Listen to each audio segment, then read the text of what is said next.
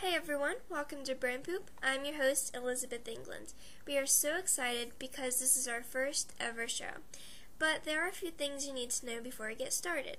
First off, if you can't hear us, pump up the volume on your computer. It's just not your computer. We don't have the best sound quality, and we're still learning how to use some of the tools to make our videos.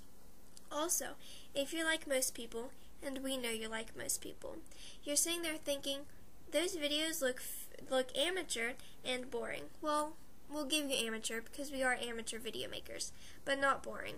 Our shows are highly educational and informative, especially if it's on topics you like, which, hint hint, you can submit a topic of your choice, but you're going to have to learn how to do that at the end of the show. Again, we know our videos look amateur, but as we continue to do videos, our videos will look better.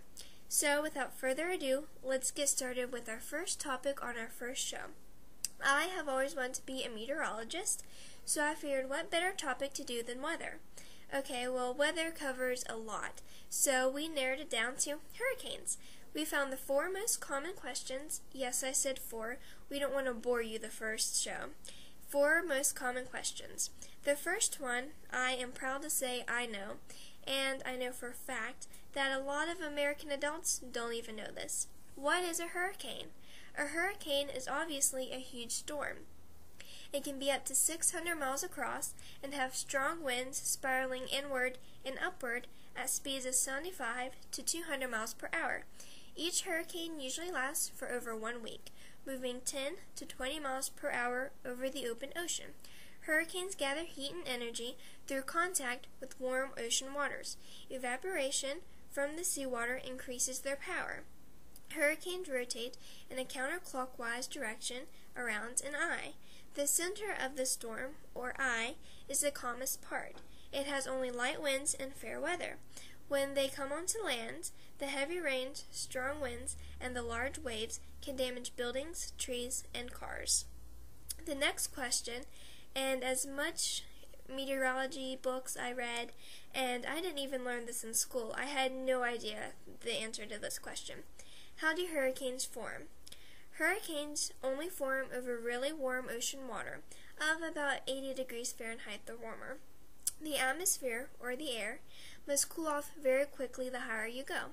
Also, the wind must be blowing in the same direction at the same speed to force air upward from the ocean surface. Winds flow outward above the storm, allowing the air below to rise. Hurricanes typically form between 5 to 15 degrees latitude north and south of the equator.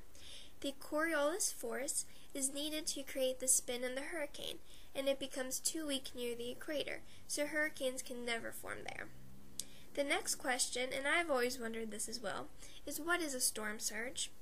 Storm surges are frequently the most devastating element of a hurricane. As hurricanes' winds spiral around and around the storm, they push water into a mound at the storm's center. This mound of water becomes dangerous when the storm reaches land because it causes flooding along the coast. The water piles up, unable to escape anywhere but on land.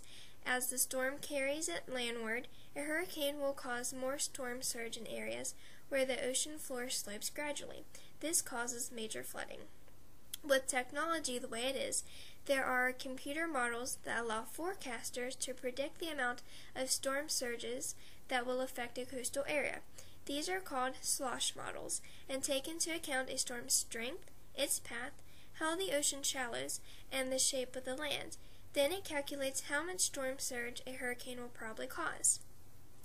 The next and final question for this show, and again, I've always wondered this, and you're probably thinking, someone who wanted to be a meteorologist sure didn't know a lot, but I kind of changed my major, is what is the difference between a hurricane and a typhoon?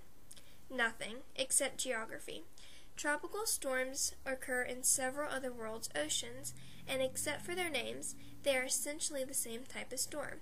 In the Atlantic Ocean, Gulf of Mexico, and the Eastern Pacific Ocean, they are called hurricanes. In the Western Pacific Ocean, they are called typhoons. In the Indian Ocean, the Bay of Bengal, and Australia, these types of storms are called cyclones. So, that is our first show. Again, we really didn't want to bore you with too much information, but the next one is going to be a little bit more info. If you would like to submit one of your topics, you can either message us through YouTube, or you can send us an email at brainpoop@rocketmail.com. That's brainpoop@rocketmail.com. See you guys next time on Brain Poop.